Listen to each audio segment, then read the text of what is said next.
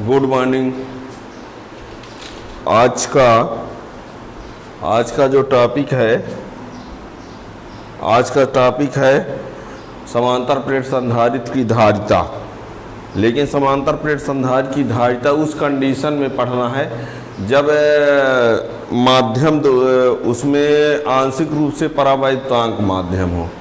अभी आपने जो पढ़ा है उसमें माध्यम जो लिया था वो हमने परावैद्युतांक केवल लिया था, है ना। अब आज जो पढ़ेंगे वो आंशिक रूप से परावैद्युतांक माध्यम। आंशिक रूप से का मतलब होता है जिसमें वायु भी रहे और कोई अन्य माध्यम भी रहे, ठीक है ना। समांतर प्लेट संधारित्र की धारिता जबकि माध्यम आंशिक रूप से परावैद्युतांक हो, ठीक है ना। तो हेडिंग है समांतर प्लेट संधारित्र की धारिता जबकि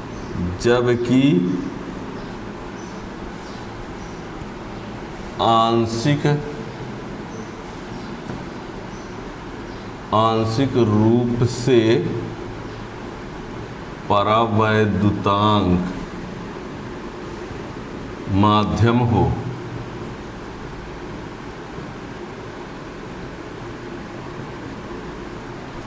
समांतर प्लेट संधारित्र की धारिता जबकि आंशिक रूप से परावैद्युतांक माध्यम हो। आंशिक रूप से परावैद्युतांक माध्यम। अब आंशिक रूप से परावैद्युतांक माध्यम का मीन्स तो हमने कह ही दिया कि जिसमें वायु भी रहे और कोई और भी रहे, ठीक है ना। तो देखिए इसके लिए पहले आप सुन लीजिए क्या करना पड़ेगा। सबसे पहले आप समांतर प्लेट संधारित्र का डायग्राम बना देंगे। दो प्लेट बना देंगे, दोनों प्लेटों के बीच की कुछ दूरी ले लेंगे। देखिए चित्र में ये हमने ले लिया ए और बी, दो प्लेट। एक प्लेट ए है, दूसरी प्लेट क्या है, दोनों के बीच का जो डिस्टेंस है वो क्या ले लेते हैं, डी। और इनके बीच में हम एक कोई स्ट्रिप रखते हैं, कोई पट्टी रखते हैं जिसका परावैद्युतांक क्या है, के है। और उसकी थिकनेस जो है वो कितनी है, टी है। उसकी चौड़ाई मोटाई कितनी है, टी है, ठीक है ना। ए और बी क्या है, समांतर प्लेट संधारित्र की दो प्लेट हैं। ए और बी समांतर प्लेट संधारित्र की दो प्लेट हैं। उनके बीच की दूरी क्या है, डी है। वो एक दूसरे के समांतर भी हैं। और प्लेट बी का संबंध किससे है, पृथ्वी से है, ठीक है। ए को धन आवेश देंगे, ए को धन आवेश जब देंगे तो बी के अंदर तरफ माइनस आवेश प्रेरित होगा और बाहर तरफ धन आवेश। और ये धन आवेश कहाँ चला जाएगा, पृथ्वी में, ठीक है ना। ये चित्र बन गया। इसके आवेश घनत्व को सिग्मा मानेंगे और इसके आवेश घनत्व को माइनस सिग्मा मानेंगे। क्या कहा हमने, फिर से सुनो। ए और बी समांतर प्लेट संधारित्र की दो प्लेटें हैं जो एक दूसरे के समांतर हैं तथा एक दूसरे से डी दूरी पर हैं। प्लेट बी का संबंध किससे है, पृथ्वी से है। दोनों प्लेटों के बीच में टी मोटाई तथा के परावैद्युतांक की एक पट्टी रखी है। और जब देखना ये डी है, ये टी है, ये डी है, ये टी है, तो ये वाला भाग क्या होगा, डी माइनस टी। ये डी है और इतना क्या है, टी है, तो ये कौन होगा और ये कौन होगा, डी माइनस टी वाला भाग होगा। तो जब टी भाग में के है, टी भाग में के है, तो इन डी माइनस टी वाले भाग में एयर होगी, वायु। मतलब ये हम ये कहना चाहेंगे कि टी चौड़ाई या दूरी में के है, टी चौड़ाई में क्या है, के। और डी माइनस टी चौड़ाई में क्या रहेगा, वायु रहेगा, ठीक है ना। इतना पूरा डी है, इतना टी है, तो टी में परावैद्युतांक है, तो डी माइनस टी वाले भाग में क्या होगा, वायु, ठीक है ना। और जब धारिता निकालेंगे तो फार्मूला होता है C = Q/V। सी लाने के लिए किसकी ज़रूरत है, विभवांतर की। अब विभवांतर बराबर होता है E × D। सोचिए धारिता चाहिए, उसके लिए V की ज़रूरत है। V के लिए तीव्रता की जरूरत है। और तीव्रता ई बराबर फार्मूला होता है सिग्मा अपान एप्सिलॉन नॉट। ये गॉस थ्योरम के एप्लीकेशन में पढ़ाया गया है फर्स्ट चैप्टर में। ठीक है ना।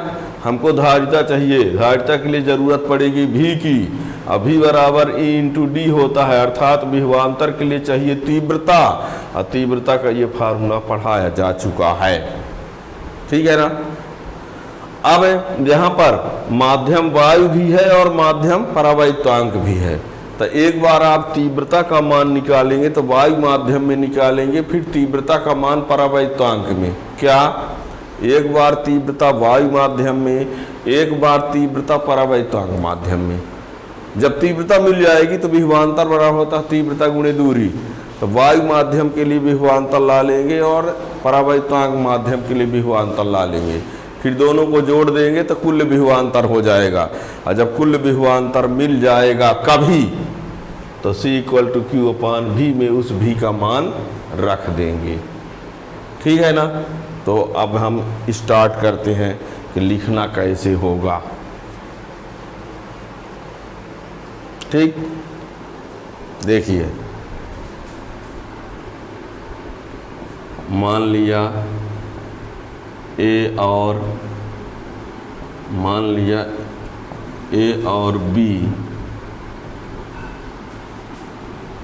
दो समांतर प्लेटें हैं जो कि एक दूसरे से d दूरी पर हैं। प्लेट B का संबंध पृथ्वी से है। दोनों प्लेटों के बीच T मोटाई तथा के परावैद्युतांक, दोनों प्लेटों के बीच T मोटाई तथा के परावैद्युतांक की एक पट्टी रखी गई है। तो स्पष्ट है कि d-T भाग में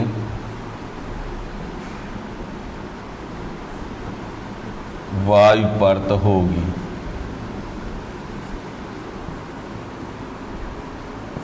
ये क्या कहा हमने, A और B दो समांतर प्लेटें हैं, एक दूसरे से दूरी पर हैं। B का संबंध पृथ्वी से है, दोनों के बीच में T मोटाई तथा के परावैद्युतांक की एक पट्टी रखी गई है। तो स्पष्ट है कि d-T भाग में क्या होगा, वायु। ठीक है ना। अब क्या हुआ, देखो A को प्लस आवेश देते हैं तो प्रेरण क्रिया द्वारा B के अंदर ऋण आवेश, बाहर की तरफ धन आवेश, और वो धन आवेश कहाँ चले जाते हैं, पृथ्वी में। जब प्लेट A को धन आवेश दिया जाता है तो B के आंतरिक तल पर ऋण आवेश तथा बाह्य तल पर धन आवेश प्रेरित हो जाता है तथा धन आवेश पृथ्वी में चला जाता है। धन आवेश पृथ्वी में चला जाता है।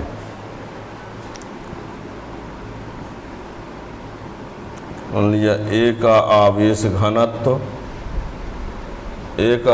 घनत्व क्या है, सिग्मा, तथा B का आवेश घनत्व क्या है, माइनस सिग्मा है, इतना लिखना पड़ेगा।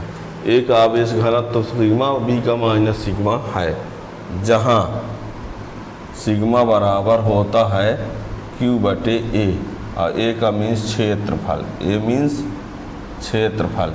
ये ना समझना कि ए मीन्स ए का प्लेट का नाम है, ए और बी प्लेटों का नाम अपने आप में जरूर है, लेकिन यहाँ जो ए है वो क्या है, क्षेत्रफल है, ना कि प्लेट का नाम। नहीं तो कह देंगे सिग्मा बराबर क्यू बटे बी होगा, दूसरे का बी नहीं होगा, ए ही होगा, ए मीन्स क्षेत्रफल। यहाँ ए और बी का मीन्स प्लेटों का नाम, लेकिन यहाँ जो ए आया है वो क्या है, क्षेत्रफल है। ठीक है ना। इतना के बाद अब हमने क्या बोला है, फिर से सुन लो एक बार। अब क्या करेंगे, वायु में विद्युत क्षेत्र की तीव्रता, परावैद्युतांक में विद्युत क्षेत्र की तीव्रता, फिर वायु में विभवांतर, परावैद्युतांक में विभवांतर, फिर दोनों को जोड़ देंगे तो कुल विभवांतर, और जब कुल विभवांतर आ जाएगा तो C = Q/V में V का मान रख देना है। ठीक है ना, ये करना है।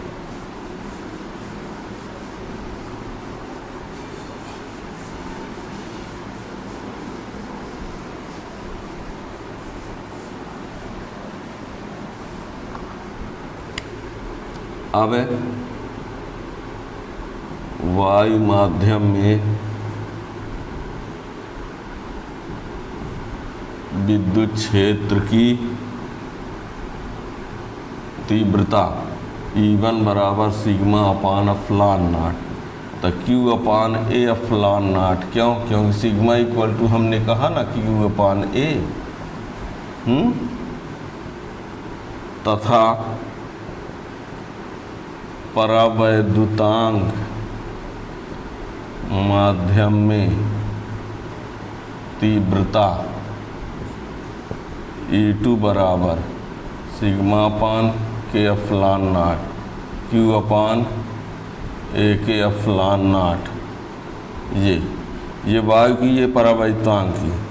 तब A और B के बीच विभवांतर बराबर वायु माध्यम में विभवांतर प्लस परावैद्युतांक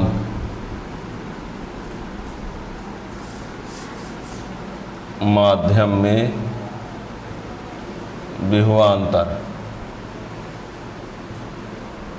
ए और बी के बीच विभवांतर बराबर वायु माध्यम में विभवांतर प्लस परावैद्युतांक माध्यम में विभवांतर, और विभवांतर बराबर तीव्रता गुणे दूरी, तो E1 गुणे अब वायु की दूरी कितनी है d-t, और परावैद्युतांक की तीव्रता E2 अब दूरी t।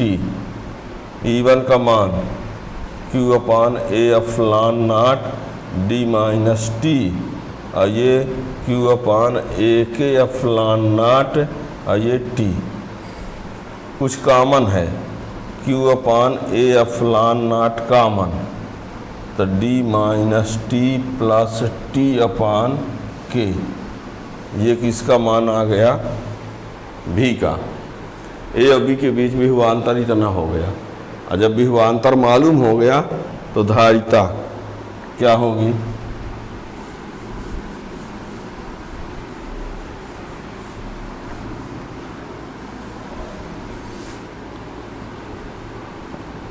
तब संधारित्र की धारिता C बराबर Q/V, ये भी का मान रख दो, तो ये Q/A epsilon not d-t plus t/K, ये इससे कैंसिल।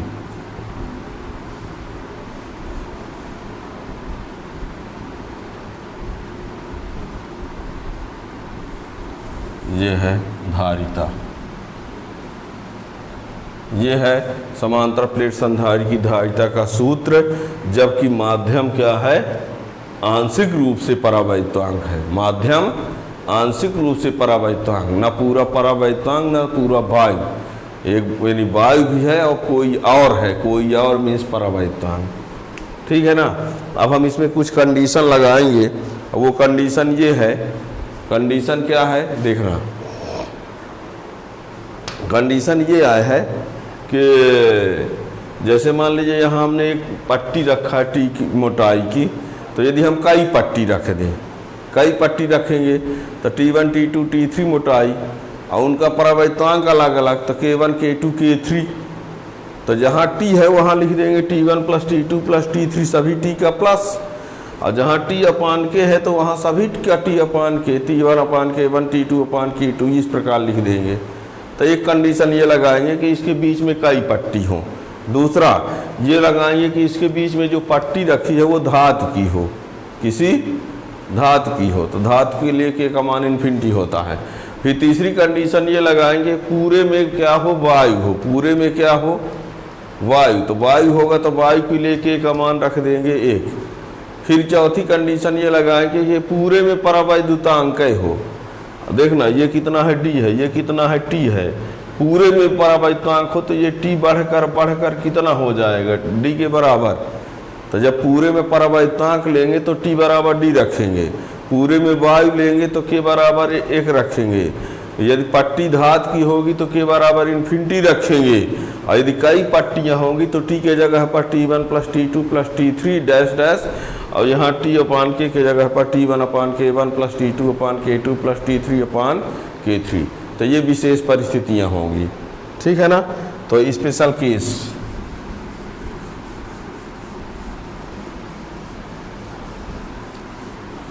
पहला नंबर स्पेशल केस फर्स्ट, यदि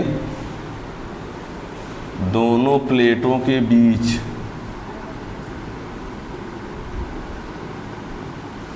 कई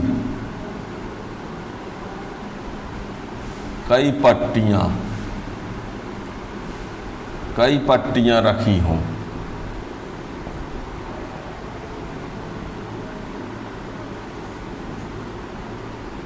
जिनकी मोटाई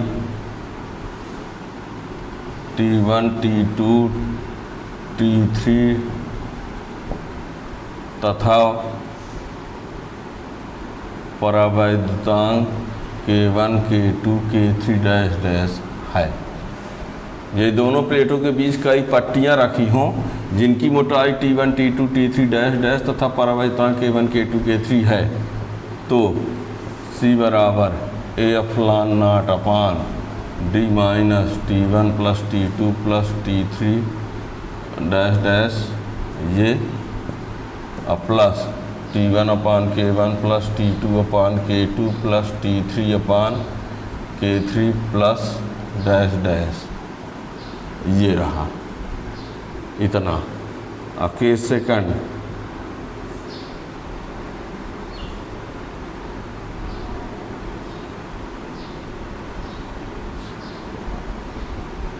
धातु की पट्टी रखी हो,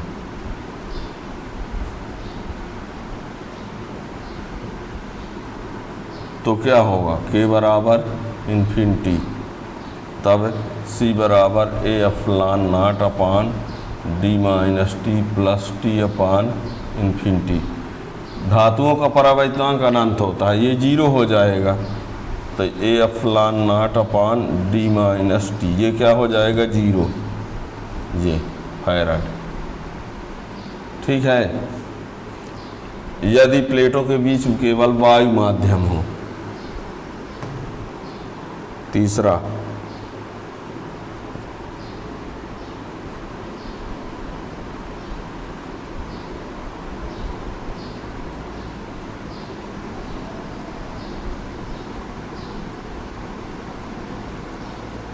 K बराबर 1, वायु का परावैद्युतांक 1 होता है। C बराबर A∧0 D - T + T, ये इससे K का मान 1 हो गया, यानी जहाँ K होना चाहिए तो वहाँ 1 कर देंगे तो बट्टे, तो ये कट गया, ये फैराड, ठीक है ना। T से T कट गया तो बचा क्या, A∧0 D, T कट गया, T/1 होगा तो T कट गया। अब हम मान लेते हैं पूरे में क्या हो, परावैद्युतांक पूरे में हो, तो T की वैल्यू D के बराबर हो जाएगी,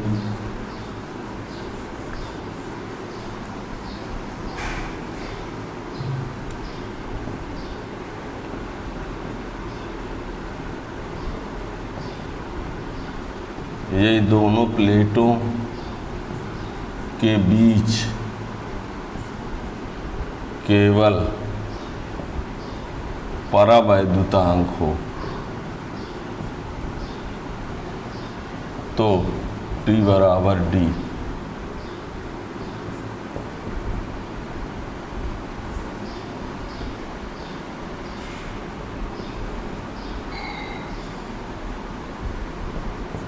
के ऊपर